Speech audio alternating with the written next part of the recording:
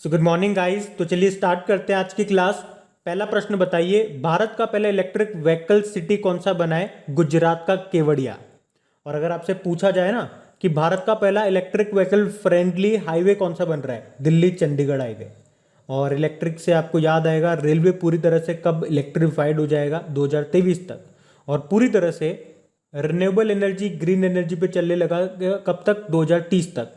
और बताओ 2030 तक का हमारा रिन्यूएबल एनर्जी अक्षय ऊर्जा का टारगेट कितना है? 450 गीगावाट का है। और अभी आपको याद होगा 500 फुट पर विश्व का सबसे ऊंचा इलेक्ट्रिक व्हीकल चार्जिंग स्टेशन स्थापित किया गया हिमाचल प्रदेश में, हिमाचल प्रदेश के काजा में। फिर बताइए, वर्ल्ड मॉस्किटो डे 20 अगस्त को थीम क्या रही? Reaching the zero malaria target. Malaria को खत्म करने का लक्ष्य हमारा 2030 है। मलेरिया दिवस 25 अप्रैल को होता है। मलेरिया मादा एनाफिलीज मच्छर के काटने से होता है और डेंगू मादा एडीज एजिप्टीज मच्छर के काटने से होता है।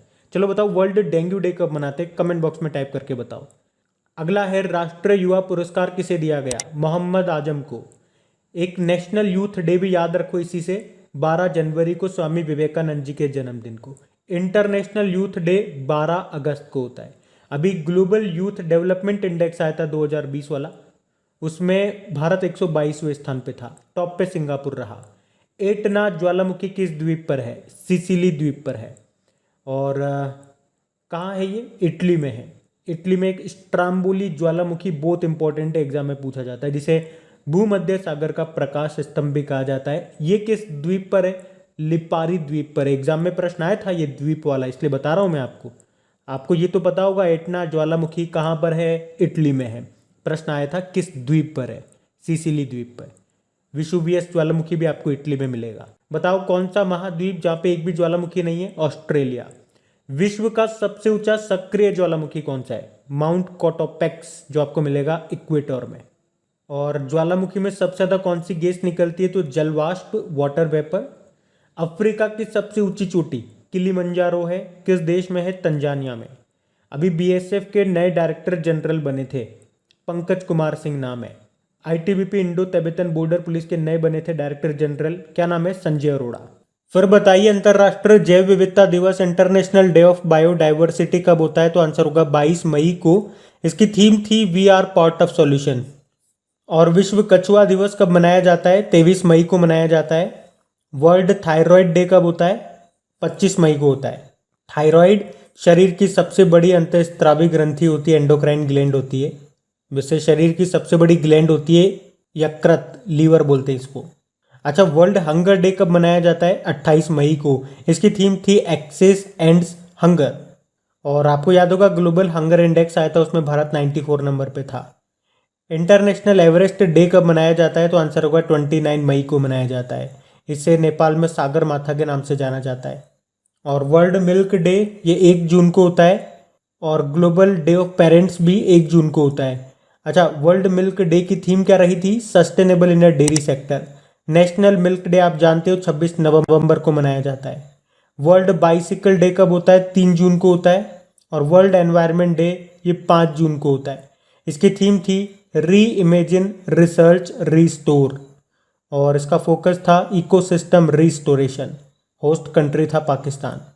वर्ल्ड फूड सेफ्टी डे कब होता है? विश्व खाद्य सुरक्षा दिवस 7 जून को होता है।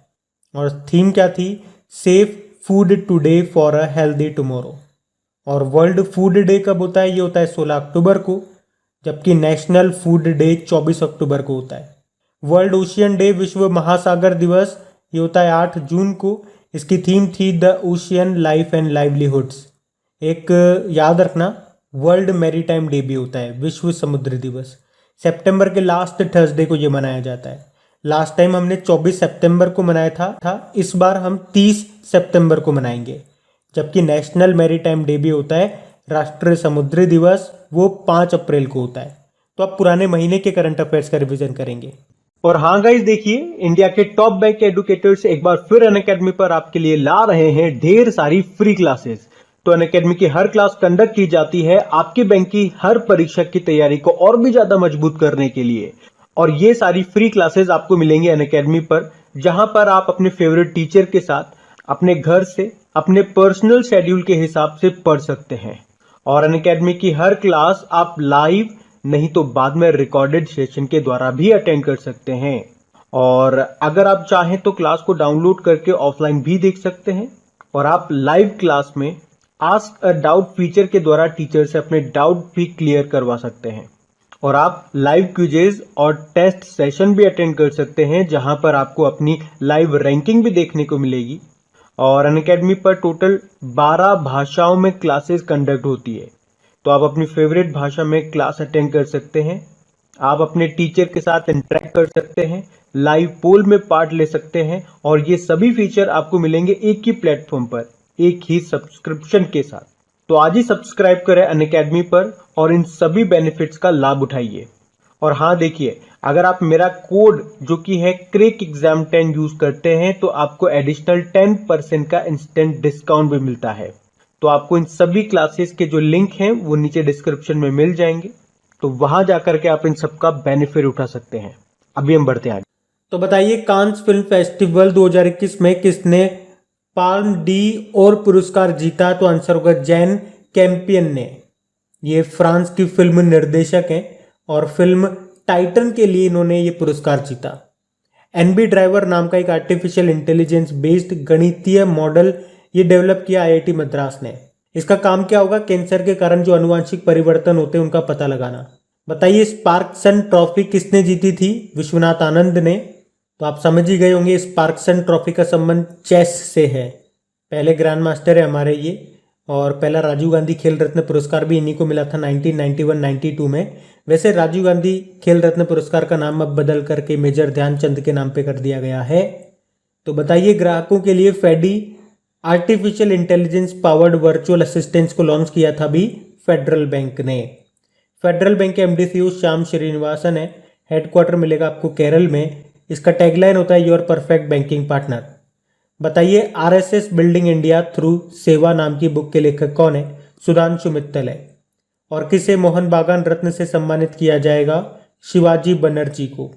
और फुटबॉल से याद होगा, यूरो कप 2020 जीता इटली ने, कोपा अमेरिका जीता अर्जेंटीना ने, और 2022 के फीफा वर्ल्ड कप होंगे कतर दोहा में।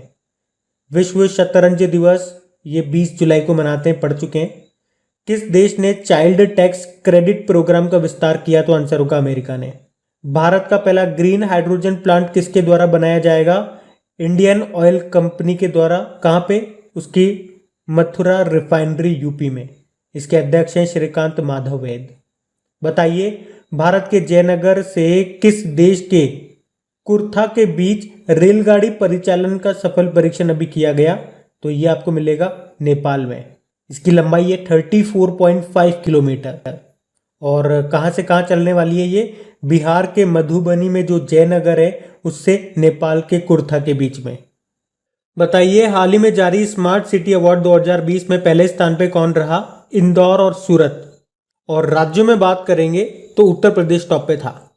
और सूरत से भी आपको याद होगा, अंतरराष्ट्रीय स्वच्छ वायु उत्प्रेरक कार्यक्रम के लिए चयनित होने वाला भारत का एकमात्र शहर था इंदौर।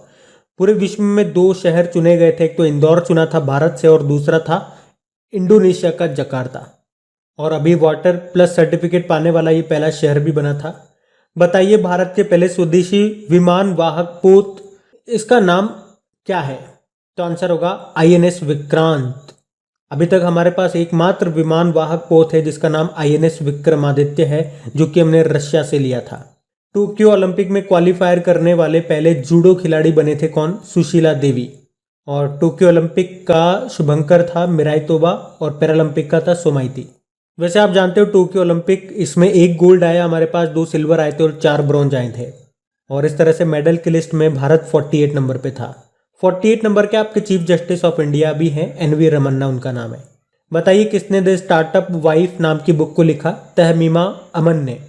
कौन सा देश अंतरराष्ट्रीय सौर गठबंधन फ्रेमवर्क समझौते की पुष्टि करने वाला पहला देश बना? तो आंसर होगा डेनमार्क। डेनमार्क की कैपिटल होती है कोपेनहेगन। डेनमार्क ने कहा था कि 2070 तक ये एक आर्टिफिशियल आइलैंड बना लेगा, कृत्रिम आइलैंड बना लेगा, क्योंकि कोपेनहेगन डूब जाएगा। उस आर्टिफिशियल आइलैंड का नाम होगा लिनेट होम। और इंटरनेशनल सोलर अलायंस का हेडक्वार्टर मिलेगा आपको गुरुग्राम हरियाणा में, जहां पे भारत का पहला ग्रीन एटीएम भी स्थापित किया गया। कवल प्लस कार्यक्रम किस राज्य की पहल है? तो आंसर होगा केरल। और इस पहल का उद्देश्य क्या है? बच्चों की देखभाल करना, उनकी सुरक्षा करना और सबसे इंपॉर्टेंट बच्चों के यौन शोषण यानी कि सेक्सुअल हैरेसमेंट को रोकना। डीआरडीओ ने निर्भय मिसाइल का सफल परीक्षण किया था। ये क्या है? एक सबसोनिक क्रूज मिसाइल है। सबसोनिक क्रूज मिसाइल, सबसोनिक मतलब क्या होता है? जिसकी स्पीड साउंड की स्पीड से कम होती है। परीक्षण किया गया था उड़ीसा के बालासोर के चांदीपुर में। जाम्बिया में भारतीय उच्चायुक्त हाई कमिश्नर बने थे अशोक कुमार। जाम्बिया की कैपिटल लुसाका है। जाम्बिया कोचा यहाँ की करेंसी है। 9वें एशियाई मंत्री स्तरीय ऊर्जा गोलमेज सम्मेलन की मेजबानी कौन करेगा? तो आंसर होगा भारत। भारत 2021 में ब्रिक्स सम्मेलन को भी होस्ट कर रहा है। 2023 में G20 सम्मेलन को होस्ट करेंगे हम लोग। और इस साल G7 की अध्यक्षता की यूके ने। और G20 की अध्यक्षता इस साल कर रहा है इटली। शंघाई कोऑपरेशन ऑर्गेनाइजेशन की इस साल अध्यक्षता किसके पास है? ताजिकिस्तान के पास है। और ये होगी कहाँ पे? ताजिकिस्तान की कैपिटल दुशानबे में होगी। बाकी अंतर्राष्ट्रीय नाविक दिवस, डे ऑफ सी फेयरर, ये 25 जून को मनाया जाता है। इसकी थीम थी नाविक शिपिंग के भविष्य के मूल में, seafarer at the core of shipping's future. तो अब कल के करंट अफेयर्स को रिवाइज करेंगे।